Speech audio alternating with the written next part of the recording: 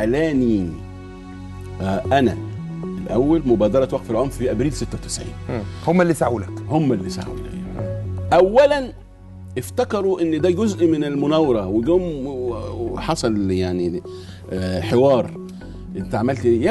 يبدو هم يعني كانوا شاكين ان دي مناوره احنا مرتبينها مع بعض، وخدنا فتره في ازمه الثقه، لكن لما تاكدوا ان انا صادق فيما اقول بدات العلاقات تبقى اكثر حمايه. لكن هم اللي كانوا ماشيين معاك خطوه بخطوه في مشروع المراجعات. طيب رفضت عرضا بتولي منصب وزاري عرضه الدكتور زكريا عزمي، صح ام خطأ؟ خطأ، لم يحدث على الاطلاق. ما حصلش ان انا قابلت زكريا عزمي في يوم في حياتي، ولا حد عرض عليك من الدوله انك تاخد منصب وزاري في اطار، ولا حد هيعرض. من الجداد؟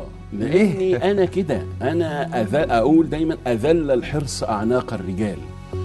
انا بقول رايي صادم، دايما بيصدم، رغم ان انا بحافظ على التوازنات. تركيبتي ما تنفعش مع اللي عايزين يرادوا الناس بحقائق.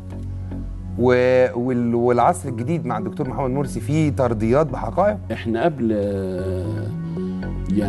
العصر الجديد يعني ما كناش واخدين، هناخد دلوقتي. عبود الزمر اخطأ في حق منتصر الزيات. خطأ. عبود الزمر صديقي وحبيبي ولا ايمن الظاهري؟ لا، ده سؤال تاني. ده سؤال بره المنهج. عبود كويس يعني ما اخطأش؟ عبود لا، ما اخطأش ابدا. طب ايمن ليه اخطأ؟ ليه قسي عليك؟ لانه صاحبي. يا اصحابك بيقسوا عليك؟ تصور. اقول لك ليه؟ بس مش كل اصحابك. مش كل اصحابي طبعا. الدكتور ايمن يعني انا طبعا وانا بصدد اصدار طبعه جديده من التظاهري كما عرفت بالمناسبه، رغم ان انا كنت اوقفت زي ما حضرتك عارف طباعه الكتاب بعد وساطه كثيرين من اخواننا في الجامعات الاسلاميه. انت كنت هتشرحه يعني في الكتاب؟ لا، انا اصدرته، ما انت عارف الكتاب. يعني الطبعه الثانيه. هو الطبعه، لا تقصد الطبعه الثانيه كنت هتضيف عليها حاجات ثانيه؟ لا، انا مضطر هضيف طبعا، لانه هو بلغني بشوف على النت انه بيقول انه ده من نسج خيال منتصر الزيات، وانا عمري ما قابلت منتصر الزيات. يعني ده كلام، يعني كلام طبعا انا مضطر ازاؤه، وفي شخصيات عايشه على خير الحياه. نقول بقى نوثق اللقاءات والكلام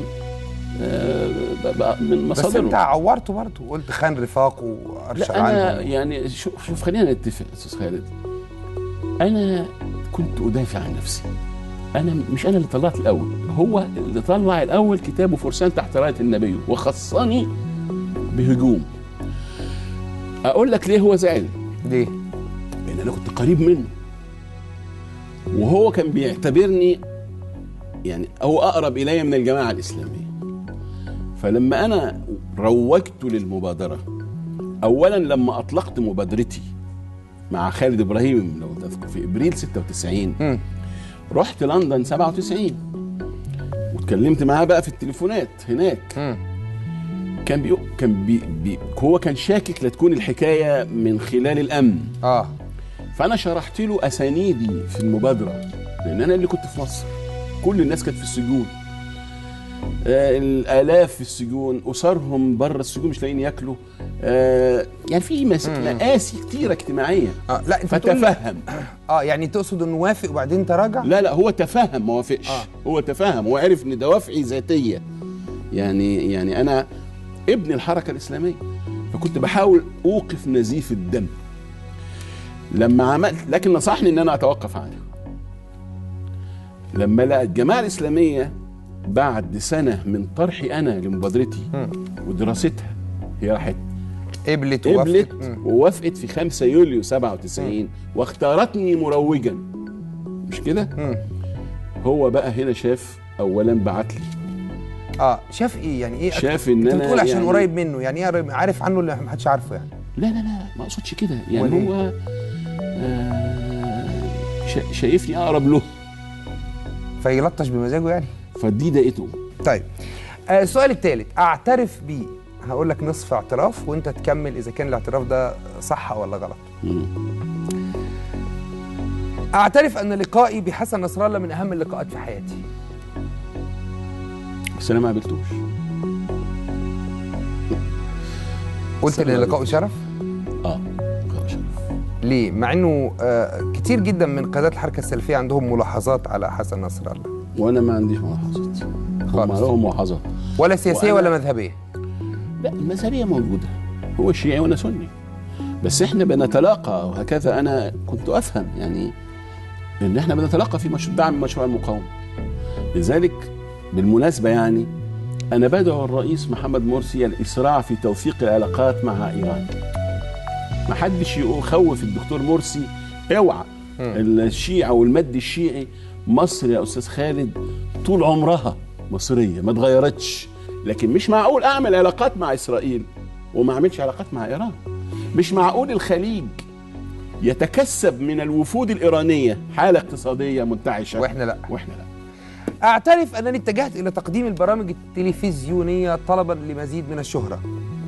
خطأ. لدعم صداقه مع الاستاذ محمد صلاح صديقي في تقديم برنامج هو اتفق عليه وطلبني اعاونه وانا مش راضي عن التجربه. اعترف انني اغنى محامي في مصر. غنى النفس يعني اذا كنت تقصد، لكن غنى الفلوس مفيش اي حاجه. لا الحمد لله مستوره. والعيال والولاد. لا مستوره، بس يعني ربنا افاق علي الحمد لله، بس بعد وقف العنف. الحمد لله مش قبلها. بعد وقف. هوري لك 3 صور. سؤالنا الرابع تعليق على صوره، كل صوره بجمله واحده. تمام. هتشوف الصور على البلازما، هذه البلازما المظلمه. ده ايه الجان ده؟ جان ده. منتصر الزيات 26 سنه في سجن استقبال ترى في ندوه للرأي مع حلمي البلوك. دي في ندوه للرأي مع حلمي البلوك الله يرحمه. جوه كان برضو بيحاولوا في المراجعات والحوار وفتح الحوار. تعلق بيه على الصوره دي جمله واحده. شبابي كله كالرساله. الصوره اللي بعدها حبيبك صديقي وحبيبي. انا ضعيف قدام الراجل ده. انت بتتخانق معاه على طول بتزعله كل شويه. يا ضعيف ازاي؟ والله ضعيف قدامه.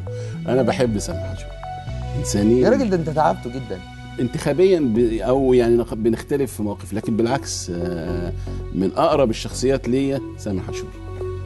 ماشي، هتمررها دي. لا مجامله رمضانيه جميله. اللي بعدها انزل انصر حازم. راح منتصر زاد جري على طول نصر حازم. لا انا ما كنتش مع حازم خالص. ما رحتش معاه اللجنه العليا؟ لا ما رحتش معاه، ده انا طلبت. هو طلبك؟ لا مش هو، ده هو زعل. ده هو قال اللي قاعدين جوه اللجنه دي خونه. لا انا اللي طلبني العلماء زائد المستشار بجاتو، هم اللي طلبوني، هم اللي طلبوا ان انا اكون عشان اطلع على الوثائق. هو زعل، خاف انك جوه ورفض ان احنا نوجد. انا طبعا خاف منك؟ لا مش مني، احنا كنا مجموعه، انا و5 أو 6 اخرين. هو ما كانش عاوز حد يشوف الورق عشان كان ورق صحيح. يعني انا ما شفتش، فما اقدرش اقول. تقول شهادتك امام الناس وامام الله. ما هو انا ما شفتش الورق، ما هو احنا طلعنا، انا اول واحد خرجت على فكره. قلت طالما هو مش هيبقى معانا انا همشي. قلت للمستشار بجاتو. المستشار بجاتو قال لي هو جه هنا امبارح وشاف وقال دفاعه لو جبته تاني هيبقى جدل. انا ما قدرتش، قلت له شوف طالما صاحب الشأن مش موجود احنا مالناش صفه. انت مصدقه؟ مين؟ حازم؟ اصلها تقيله يا خالد. طب وليه؟ طب ما احنا في رمضان شهر الصدق. يعني ان انا اقول لا انا معتقد او اللي في جوايا ان والدته حصلت على الجنسيه الامريكيه. هقول لك 3 تصريحات ليك قد يكون خطأ او منقولين خطأ، فتقول لي صح ولا غلط. نجيب ساويرس رجل اعمال وطني لكن مشكلته انه طائفي. ده كلام ليك؟ نصه صح ونصه غلط. يعني انت قلت راجل اعمال وطني لكن ما قلتش ابدا انه طائفي. لا ابدا، ده بالعكس. انا اللي جاب لي الكلام انني بدعم حريه نجيب ساويرس في ان يقول، لان احنا محتاجين ان نشجع شركائنا الاقباط في مصر ان يقولوا علشان نقدر نقول ان هو مش طائفي، ما فيش طائفيه. لما نخوف نجيب ساويرس لما قال حاجه لازم نصدقه. لما اقول انا مش واخد بالي ما نحسسوش ان هو واحد بخ امشي. لا انا عايز الاقباط تبقى اللحمه كده، فعلشان اللحمه تبقى كده يقولوا اللي هم عاوزينه. تمام. جهاز المخابرات العامة والمجلس العسكري أكثر من خدموا مصر. انا ما قلتش ده، لكن موافق عليه. موافق عليه. موافق عليه. ليه؟ ليه؟ لان اكيد جهاز المخابرات بيلعب دور مهم لتامين البلد، محدش ينكر دي. ممكن نختلف شويه في الاداء مع الملف الفلسطيني، لكن القوات المسلحه ده وسامنا ده، يعني انا ما زلت حتى الان حسن الظن في المجلس الاعلى للقوات المسلحه والمخابرات العامة. انا على فكره عمري ما اتعاملت مع حد في المخابرات، عمري، لكن حسن الظن فيه. لكن حسن الظن رغم ان هم كانوا بيشتغل عشان ايه؟ كانوا خصم ليك، لانك انت كنت بتدافع عن كل اللي بيشحنوهم من بره لهنا. معلش، دي سياسه دوله، يعني اكثر منها حاجه خاصه بالمخابرات. يعني ملف طبعا في مؤسسه الرئاسه بره، ما تنساش ان امريكا ولعبت دور. يعني اللي شحن ابو عمرو المصري مين؟ الامريكان، مش المخابرات المصريه، من ايطاليا الاصل. يعني الاصل انه جه مشحون من بره بناء من هناك، مش بناء على طلب من هنا. وبعدين مين قال انك تبقى ابيض على طول يا اسود على طول؟ بل لبعض الاخطاء. هي دي الليبراليه بقى اللي احنا بنقول عليها. سليم العوة اساء الى تاريخه بترشحه الى انتخابات الرئاسه. انا شايف ان سليم العوة كسب كثيرا من ترشحه، لكن ده مش تصريح ده مش تصريح. انا ما اعرفش انتوا بتجيبوا الحاجات دي منين، ولا مين اللي نشرها على لساني. لا العكس، انا شايف اداء الدكتور سليم العوة اداء نموذجي. السؤال السادس، ماذا لو عرض عليك احد المخرجين في السينما انك انت تطلع بشخصيتك الحقيقيه، توافق؟ انا امثل يعني؟ لا ما اعرفش. شخصيتك الحقيقيه؟ لا ما اعرفش. لا مش عارف. ماذا لو طلب منك ايمن الظاهري مصالحه ولكن في مخبأه في اي حته اللي هو فيها دلوقتي؟ ما اثقش فيه. لا طبعا. اروح له. ممكن يعمل ايه؟ لا طبعا ممكن يقتلني. ايمن الظاهري ممكن يقتلك؟ ممكن يقتلني طبعا. للدرجه دي؟ يعني فقه، يعني طبيعه اللي هو الظروف اللي هو فيها، الجبال، تصويره، ان انا يعني كنت ضده، يعني حاجات كتير. يعني انت ممكن نقول ان منتصف الحياة على القائمه السوداء للاغتيالات لايمن الظاهري؟ لا ما اقدرش اقول كده، لا ما اقدرش اقول كده. بس ايه، امال ازاي ممكن يقتلك؟ لا يعني اخاف، ده شيء فطري جوايا. انا عايزني امثل، انا رفضت التمثيل من شويه. ماذا لو تاكدت ان احد موكليك مذنب بعد ان قررت الدفاع عنه؟ بعد ان قررت الدفاع ما اقدرش، يعني علاقتي بموكلي علاقه خاصه، مش هبيعه بكل الاحوال، حتى لو فكرت في طريقه انسحب. حتى لو انت عارف انه مذنب؟ انا دافعت عن كتير انا عارف انهم مذنبين، خصوصا في ملف الجماعات الاسلاميه. انت النهارده يوم الاعترافات. لكن انا متفهم الظروف التي دفعتهم لارتكاب الجريمه. لكن خليني اقول لك كمان ان في احيان السلطه او الشرطه او السلطات المختصه بتقع في عيوب اجرائيه. يعني القانون في قانون، وانتوا بقى ملوك الثغرات. لا عايز اقول لك بس اصبر عليا، الحكايه فيها سند شرعي. يعني سيدنا عمر بن الخطاب لما راى السيده اللي بتغش اللبن وتجسس وقالت له انت تتجسس، فاهدر الدليل لانه جاء بطريقه غير مشروعه. السؤال السابع ما يخصك انت، توجه سؤال لثلاث اشخاص انا هقولهم لك دلوقتي، كل واحد عايز منك ليه سؤال واحد. الشيخ محمد حسان.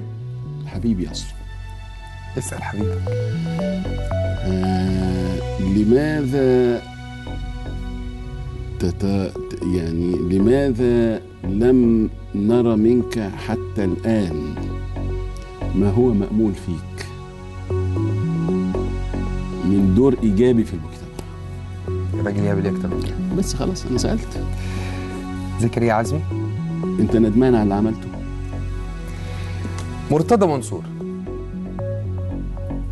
أنت ارتكبت الجريمة محل المحاكمة في قضية واقعة الجمل. أستاذ منتصر الزيات، شكرا جزيلا لوجودك في الأسئلة السبعة. شكرا جزيلا. شكرا جزيلا لحضراتكم، ونشوفكم بكرة إن شاء الله.